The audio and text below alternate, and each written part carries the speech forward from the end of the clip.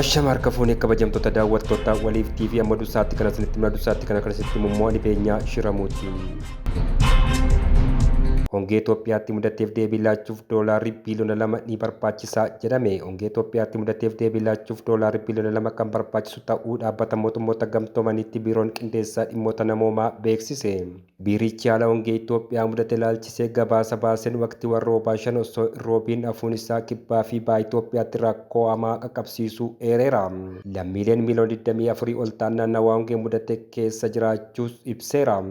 Sababa hongichaan namoonni miiliyoona 11 hanqina midhaan nyaataaf saaxilamuus ibseera. Beelladoonni miiliyoona 6.85 du'uu isaanis kaaseera. Biyyattiitti deeggarsi yeroo ariifachiisaa kan barbaachisudhas jedheera. Hongee mudateef deebii laachuuf doolaarri biiliyoona 2 kan barbaachisu ta'us gabaasa isaa keessatti eereera. Dhaabbileen deeggartoota deeggarsa namoomaa hatattamaa laachuu akka qaban waamicha dhiyeessuu ragaan biiricharraa argame ni mul'isa. Itoophiyaa fi gamtaan Imireetota Arabaa damee siivil aaviyeeshinii waliin hojjechuuf waliigaltee mallatteessan. Abbaan taayitaa siivil aaviyeeshinii Itoophiyaa fi gamtaan Imireetota Arabaa dhimmoota tarsiimoo irratti waliin hojjechuuf indaastirii aaviyeeshinii guddisuuf waliigaltee mallatteessaniiru. Waliigaltichas Daayirikteera Abbaa Taayitaa Siivil Aaviyeeshinii Itoophiyaa Obbo Geetaachoo Mangistee fi Daayirikteera Abbaa Taayitaa Siivil Aaviyeeshinii Gamtaa Imireetota Arabaa Seef Mohammad Al-Suwaadii waliin mallatteessan. Waliigaltichas Daayirikteera Abbaa Taayitaa Siivil Aaviyeeshinii Itoophiyaa Obbo Geetaachoo Mangistee fi Daayirikteera Abbaa Taayitaa Siivil Aaviyeeshinii Gamtaa Imireetota Arabaa Seef Mohammad Al-Suwaadii waliin mallatteessaniiru. Waliigaltichis walta'iinsa biyyoota lameenii gidduutti guddachaa dhufeef agarsiistudhas jedhameera. Kenniinsa tajaajila damichaa teekinooloojii dijitaalaan deeggaruu fi keessumaa tajaajila balaliistota xiyyaaraa gara tajaajila elektirooniksiitti gedderuuf kan tumsudhas jedhameera.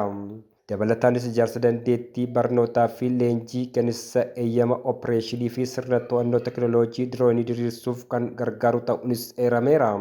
Kana malees manneen hojii biyyoota lameenii dameewwan idil-addunyaa irratti walta'iinsaan hojjechuuf kan xiyyeeffate ta'uunis ibsameera. Bulchiinsi magaalaa Finfinnee manneen waliin jireenyaa 100,000 ijaarsisuuf sanada waliigaltee mallatteesse. Bulchiinsi magaalaa Finfinnee manneen waliin jireenyaa 100,000 ijaarsisuuf sanada waliigaltee mallatteesseera. Gaaffii manneen waliin jireenyaa hawaasaa deebisuuf ijaarsa manneen jireenyaa mootummaa fi dhaabbilee deeggartootaan gaggeessuuf waliigalteen mallattaa'eera. Ijaarsi manneen kanneenii marsaa jalqabaan lafa hektaara 350 irratti kan ijaaramu ta'uunis ibsameera. Sirna waliigaltee kana irratti kantiibaa magaalichaa Aadde Adaanech Abeebee dabalatee bakka buutonni dhaabbilee misooma biyya keessaa fi ala 68 argamaniiru. Oduu keenya biyya alaatiin Raashiyaan haftee diroonii Ameerikaa galaana gurraacha keessatti kuftee barbaadaa jiraachuun himame. Raashiyaan qaama yookaan haftee diroonii Ameerikaa galaana gurraacha keessatti kuftee caccabaa barbaaduu akka eegalte roobii bitootessa 15 bara 2023 ibsiteetti.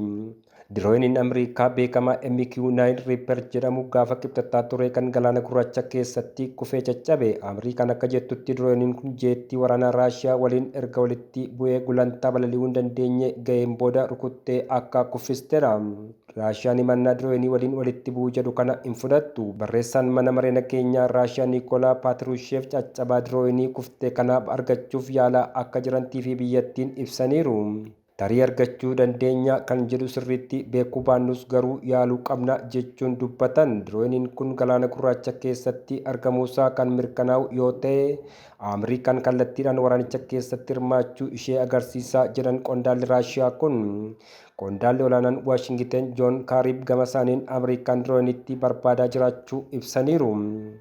Diroonii kana Raashiyaan yoo isaan dursitee argatte odeeffannoo nageenyaa fi tikaa akkaan barbaachisaa ta'e waan argattuuf kun balaa guddaadhas jedhan. Qondaalli waraanaa olaanaa Ameerikaa Jeneraal Maark Miilee ergaa qondaala kanaan wal fakkaatu dabarsan.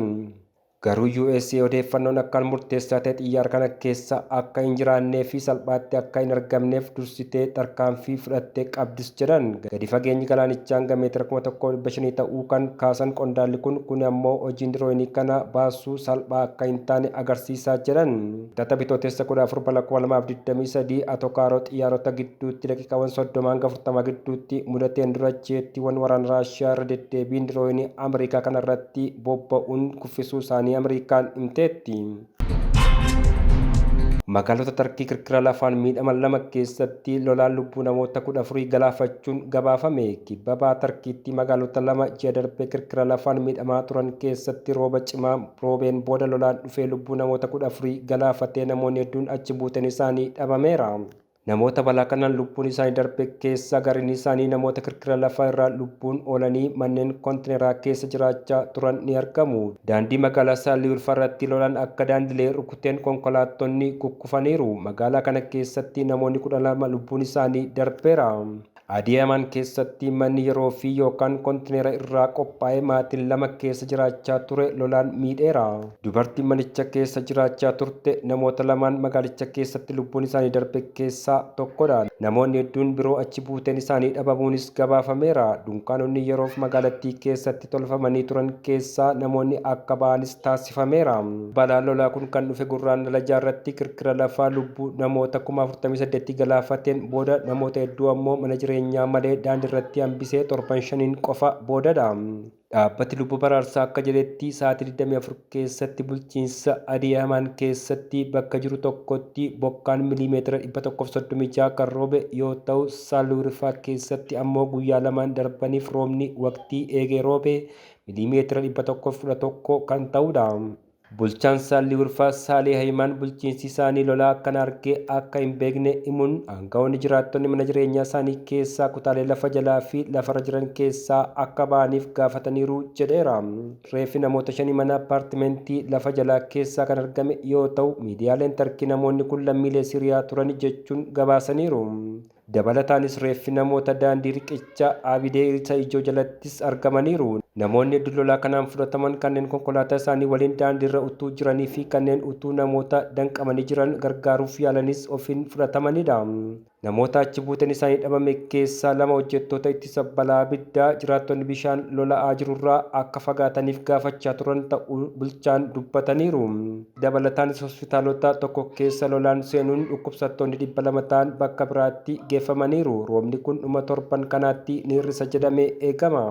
Pirezidaantiin Tarkii Resiip Xayyip Erdogaan filannoo caamsaa 10 irratti dhufuuf kan qophaa'aa jiru yoo ta'u naannolee balaa kanaan miidhaman kanatti ministeera biyya keessaa Suleemaan Siwul ergeera. Aangawoonni ijoo paartii mormituu Saalii Ulfaa dhiyootti daawwachuuf kan jiran yoo ta'u jiraattota naannichaaf gargaarsa barbaachisaa tattamaa taasisuuf waadaa ni seenu jedhamee eegamaa jechuun kan gabaase BBCdha.